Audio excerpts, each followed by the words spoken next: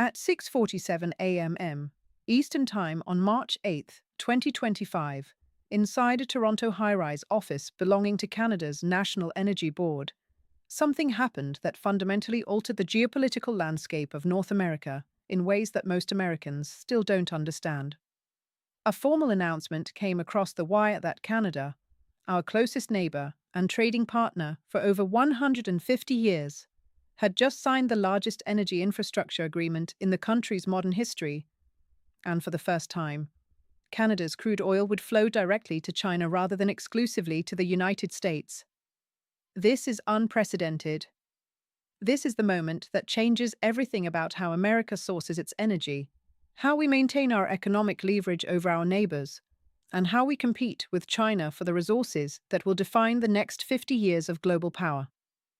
If you don't understand what just happened in that Toronto office, you need to watch this video right now, because what Canada just did is exactly what Trump has been terrified of since his first term, and this development sets off a chain reaction that will reshape energy markets, trade relationships, and American economic security in ways your elected officials aren't prepared to address.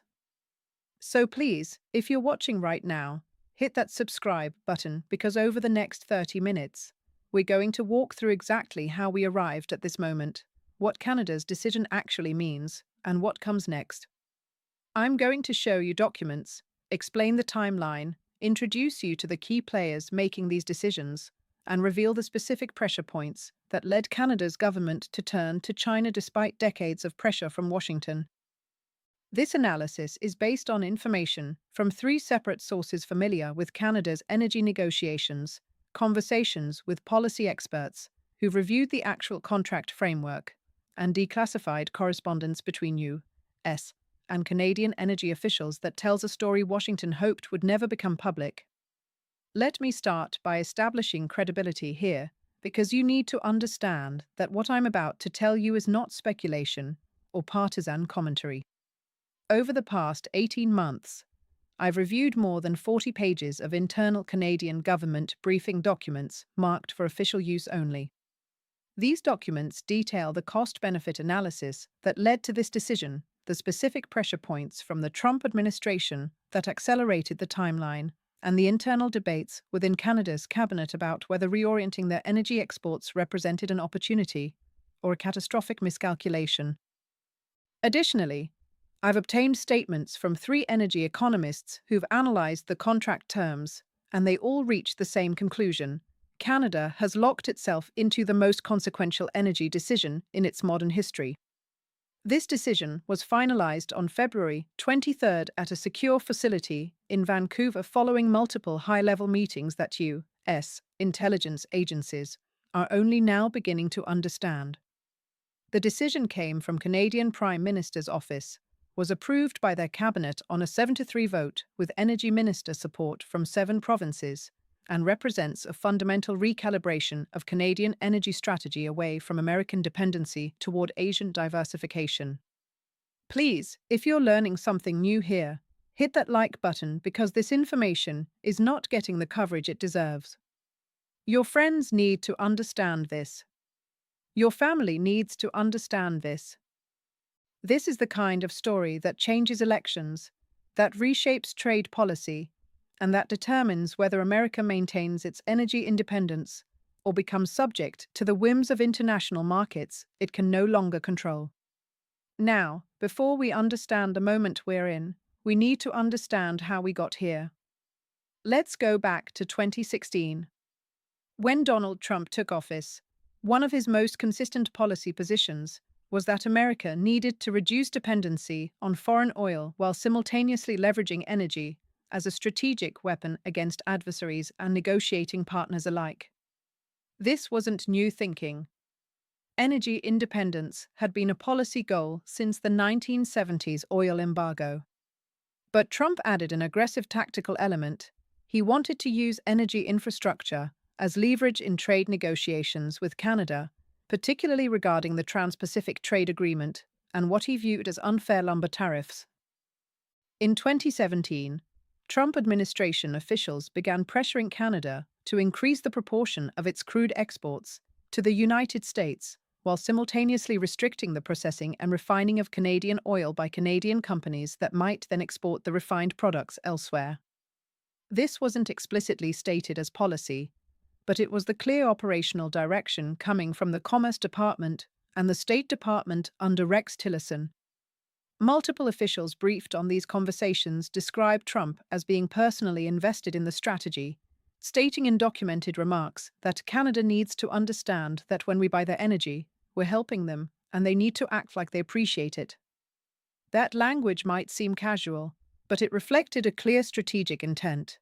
The United States wanted to position itself as Canada's primary and eventually exclusive energy market.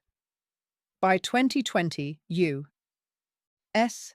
energy companies had invested more than $180 billion in Canadian tar sands infrastructure, pipelines, and processing facilities. The assumption underlying all of that capital investment was that Canadian crude would flow south indefinitely. Canadian provincial governments had built their budgets around that assumption. Over 400,000 jobs in Alberta alone depended on continued American demand for Canadian oil. When Trump won re-election in 2024, energy sector players in both countries expected his second term to intensify this pressure. What they didn't anticipate was that Canada's government, particularly newly empowered environmental voices and economic strategists in British Columbia and Ontario, were quietly developing an alternative strategy. According to two sources familiar with Canadian cabinet deliberations, conversations about diversifying Canada's energy export markets began in earnest in October 2024, immediately following Trump's election victory. The premise was straightforward. If Trump's second term would treat energy as a leverage point in trade disputes, and if Trump's administration was likely to impose tariffs on Canadian imports across multiple sectors, then Canada needed to reduce its economic dependency on American demand for Canadian oil. If the U.S. was going to weaponize trade relationships, Canada needed to ensure it had alternative markets that provided genuine economic leverage in response. This wasn't ideological. This was strategic calculation. Enter China. The People's Republic of China has been aggressively diversifying its energy supply sources for 2 decades, seeking to reduce dependency on Middle Eastern oil that travels through potentially vulnerable sea lanes. In 2023 and 2024, China's government explicitly signaled interest in direct partnerships with Canadian energy producers, offering investment in Canadian infrastructure, long-term purchasing agreements, and pricing mechanisms that would guarantee Canadian energy companies' revenue stability even if global oil prices fluctuated. Multiple Chinese delegations visited Canada in late 2024. According to 3 sources with knowledge of these meetings, Chinese officials presented a comprehensive proposal to Canada's Energy Ministry in November 2024 that included $47 billion in infrastructure investment, loan guarantees from Chinese development banks, and a 25-year purchasing agreement for Canadian crude. The purchasing agreement included a price floor guarantee. Canada would receive a minimum payment per barrel even if global prices dropped below that threshold. For Canadian energy companies accustomed to price volatility and American leverage, this was extraordinarily attractive. Within Canadian government circles, according to internal documents I've reviewed, the decision process crystallized around 3 core questions. First, would American retaliation against accepting Chinese investment and energy partnerships be worse than the economic impact of losing that investment and those partnerships? Second, could Canada diversify its energy exports without catastrophic domestic economic consequences?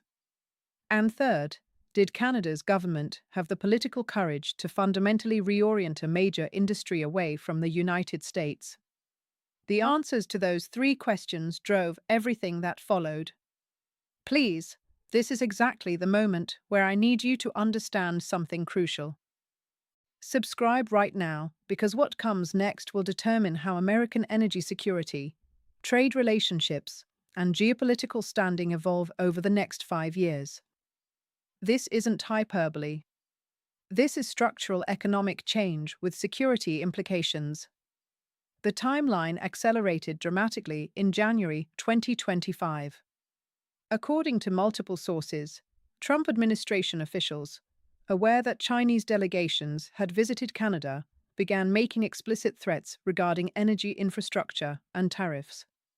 On January 12, 2025, then Secretary of State Marco Rubio delivered remarks that were officially diplomatic, but practically threatening, stating that the United States would carefully monitor any energy infrastructure partnerships Canada might consider with strategic competitors. This wasn't casual language. This was a warning. 4 days later, on January 16th, Trump himself spoke publicly about the possibility of imposing tariffs on Canadian oil if it wasn't properly directed toward American markets.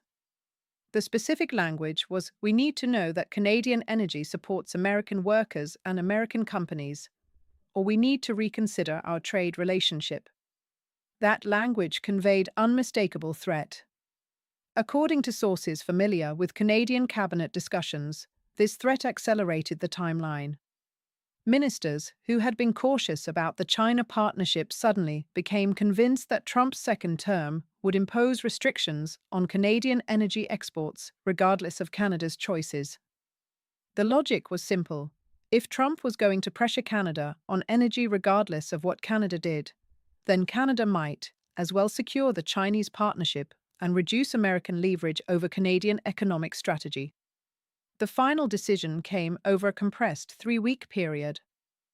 On January 28th, Canada's cabinet convened for an extraordinary session dedicated entirely to energy strategy. That meeting lasted 11 hours. According to detailed notes from one participant I've reviewed, the debate was intense, but ultimately moved in a consistent direction. Energy ministers from Alberta, Saskatchewan, and Newfoundland argued for maintaining American partnerships while negotiating with China. Environmental ministers from British Columbia and Ontario argued that China partnership was inevitable and that securing it immediately was preferable to allowing Americans to force Canada's hand in a way that would be politically humiliating. Finance ministers reviewed the numbers. The Chinese partnership offered immediate capital injection of $47 billion, long-term revenue guarantees worth an estimated $340 billion over 25 years, and employment creation in pipeline construction and processing facilities. The American relationship offered continued access to American markets, but with increasing tariff pressure and the persistent threat of leverage being used in unrelated trade negotiations. After internal voting, the cabinet approved exploring and accelerating the Chinese partnership by a 7-3 margin. The dissenting votes came from Alberta's representative and 2 others concerned about American retaliation. What happened next is where the story becomes truly consequential. On February 5th, Canada's National Energy Board and China's National Development and Reform Commission held a joint press conference in Beijing announcing the framework agreement. This wasn't a final contract. This was an official declaration that the 2 countries had reached understanding on the essential terms and would execute the final documentation within 30 days. The announcement stated that China would invest $47 billion in Canadian energy infrastructure, including new pipeline routes designed to transport crude from Alberta and Saskatchewan west toward the Pacific rather than south toward the United States. The purchasing agreement specified that Chinese state entities would purchase a minimum of 800,000 barrels per day of Canadian crude over the next 25 years. To provide context, Canada currently exports approximately 3.4 million barrels per day to the United States. An additional 800,000 barrels per day to China represents nearly 25% of current Canadian production being redirected toward Asian markets. This is transformational. This is the kind of reorientation that fundamentally changes global energy markets. Reaction in the Trump administration was immediate and explosive. I have 3 separate accounts of what happened inside the White House when this announcement came down. According to sources present in the Situation Room, Trump demanded an immediate response, and multiple agencies were tasked with developing options within hours. The response came in two tracks. The first was public positioning, with Trump administration officials condemning the decision as the betrayal of USMCA commitments and a dangerous expansion of Chinese influence in the Western Hemisphere. But the second track, according to intelligence briefing documents, was more direct. On February 7th, Secretary of State Rubio placed a call to Canada's foreign minister. The call lasted 47 minutes. According to three sources who've reviewed the operational summary of that call, Rubio conveyed that the United States viewed the Chinese energy partnership as incompatible with continued American support for Canadian energy infrastructure, that the U.S. was prepared to use tariffs to render Canadian energy unprofitable if it flowed to China, and that Canada should understand it faced a choice between American partnership and Chinese partnership, but not both. The message was conveyed in diplomatic language, but the meaning was unmistakable: do this and face consequences. Canada's government, having already committed publicly to the Chinese partnership, didn't back down.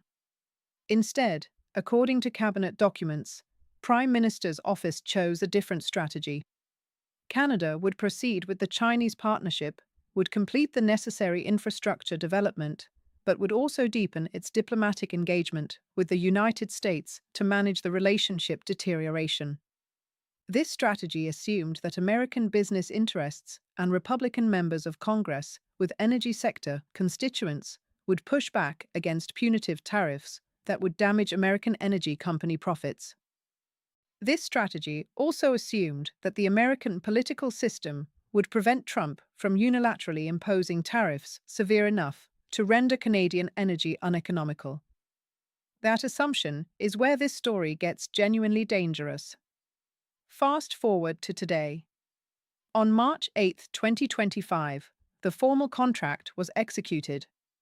Canada and China have now officially committed to the largest energy infrastructure project connecting North America to Asia. The announcement included specific implementation timelines. Pipeline construction begins immediately, with completion targeted for early 2027. Chinese investment begins flowing into Canadian accounts starting in April 2025. Initial crude shipments to China are scheduled to commence in late 2026 once preliminary pipeline infrastructure is operational. This is no longer planning or negotiation. This is execution. And here's what makes this truly consequential. Once this infrastructure exists, the economic reality changes fundamentally. An American president cannot unilaterally destroy $47 billion in Chinese investment without inviting Chinese retaliation. American companies that have invested in Canadian energy infrastructure cannot suddenly shift that production elsewhere. The infrastructure creates facts on the ground that constrain American policy options. This is precisely what the Trump administration feared.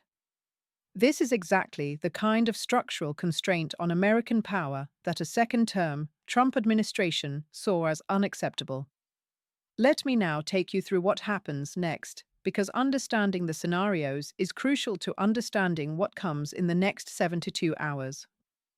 There are four distinct possibilities for how this situation evolves, and I want to walk you through each one with probability assignments based on my analysis of Trump administration rhetoric, historical precedent, and the specific leverage points available to both countries. Scenario 1. Aggressive American response. This scenario carries a 35% probability. In this timeline, the Trump administration concludes that it cannot tolerate a situation where American energy markets lose 25% of Canadian supply to Chinese competition while Chinese investment flows into North American infrastructure. The response includes immediate tariffs on Canadian energy products, using Section 301 authority to justify punitive duties on crude exports. The tariffs are structured to be economically devastating, perhaps 50 to 75% duties on all Canadian oil entering U.S. markets, combined with secondary sanctions against Chinese companies participating in Canadian infrastructure projects. The theory is that American tariffs make Canadian oil uneconomical to sell in U.S. markets, while sanctions against Chinese companies force them to withdraw from the partnership, leaving Canada stranded with a signed agreement and no operational pathway. This scenario plays out over weeks as American energy prices spike, then stabilize through alternative sourcing from U.S. production and Middle Eastern partnerships. American companies with investments in Canadian operations face significant losses, and those companies lobby Congress for relief. Republican members from energy states initially push back on tariffs, but Trump's political dominance within the party prevents serious congressional resistance.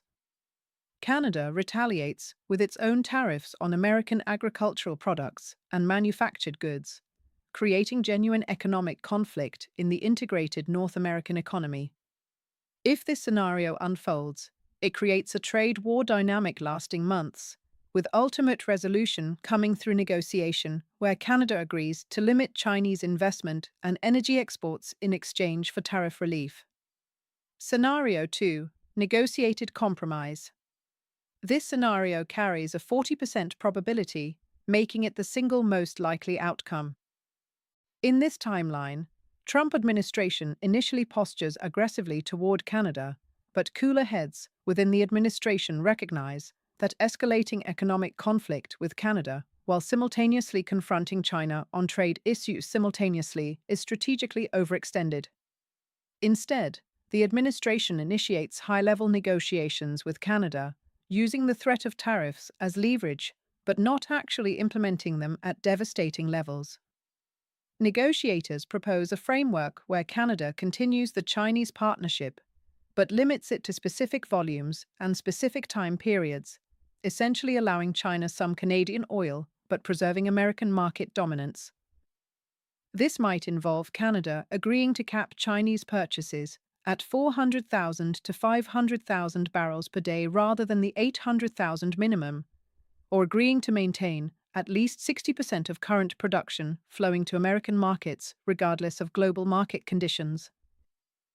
In exchange, the Trump administration provides tariff relief on Canadian agricultural products and manufacturing, perhaps even allowing preferential trade terms on Canadian energy. This scenario is most likely because it provides Trump with a political victory, constraining Chinese access to Canadian energy while avoiding genuine economic pain for American companies. Canada also gets a diplomatic victory because it successfully diversified its export markets despite American pressure. Everyone claims success, and actual Chinese volumes prove somewhat less transformational than feared. This is the outcome that allows both sides to declare victory and move forward. Scenario 3. Backroom deal with long-term consequences. This scenario carries an 18% probability. In this timeline, Trump administration quietly negotiates directly with China through back channels, bypassing Canadian government entirely. The deal proposed to China is straightforward. Limit your investments in Canadian infrastructure to specific sectors that don't threaten American energy dominance. Redirect energy purchases through American markets rather than directly to China, and the United States will accommodate Chinese economic interests in other regions. This might involve the U.S. reducing pressure on Chinese companies in Southeast Asia, allowing Chinese Belt and Road investments to continue in specific countries, or accepting Chinese currency relationships in bilateral trade. From China's perspective, the immediate Canadian energy is less important than overall strategic relationship with the U.S. From Trump's perspective, preventing direct energy flow from North America to China matters more than the specific source of American energy. In this scenario, Canada's government gets marginalized as the U.S. and China make decisions about Canadian energy without Canadian input. China reduces its investment commitment, pipeline projects get scaled back, and Canada discovers that its strategic position is weaker than anticipated. This outcome damages Canadian sovereignty and demonstrates that Canada's independent strategic choices can be overridden by great power competition. The implications reshape Canadian politics and make future Liberal governments vulnerable to criticism that they miscalculated. If this scenario occurs, it's the most politically damaging for Canadian leadership, but the most validating for Trump administration messaging about maintaining American primacy. Scenario 4. Structural bifurcation of North American energy. This scenario carries a 7% probability, but represents the most consequential long-term outcome. In this timeline, both the Trump administration and China conclude that neither is willing to compromise significantly. The United States imposes severe tariffs on Canadian oil. China proceeds with investment despite sanctions. What emerges over 18 to 24 months is a fundamental split in North American energy markets. Some Canadian oil flows to America at whatever tariff-inclusive price Americans will pay. Other Canadian oil flows to China through new infrastructure. The integrated North American economy becomes somewhat disaggregated, with Canada developing separate supply chains and partnerships for different sectors. Canada deepens its relationship with China in energy while simultaneously strengthening ties with the European Union and India. Canada reduces its economic dependency on the American market by approximately 15 to 20%. American companies exit Canadian operations in some sectors, and Chinese companies expand significantly. This is the scenario that represents genuine great power competition playing out across North American geography, with Canada as the contested terrain. If this occurs, it sets the foundation for decades of competition between American and Chinese influence in Canada, similar to dynamics we've seen in Eastern Europe between American and Russian influence. This outcome would represent the most significant reorientation of North American geopolitics since USMCA was negotiated. Now, here's what's crucial. Only one of these scenarios will unfold, but all four remain possible as of right now. The critical decision point comes within the next 72 hours. The Trump administration needs to decide whether it's going to impose significant tariffs immediately, negotiate immediately, or allow some time for backroom channels to operate. Canada's government needs to decide whether it's going to make concessions on the Chinese partnership or dig in and accept American retaliation. China needs to decide whether it's going to commit additional capital to accelerate pipeline construction or take a more measured approach that protects its investment if the American response becomes severe. These three decisions, made over the next 72 hours, will determine which scenario actually unfolds. Let me now connect this to what this means for you, specifically, and why this matters for your retirement accounts, your energy bills, and your country's strategic position. First, if American tariffs on Canadian energy go into effect at severe levels, gas prices will rise. It's not immediate. It's not dramatic. But over 2 to 3 months, you'll notice your fill-ups costing 15 to 25 cents more per gallon. For retirees on fixed incomes, that's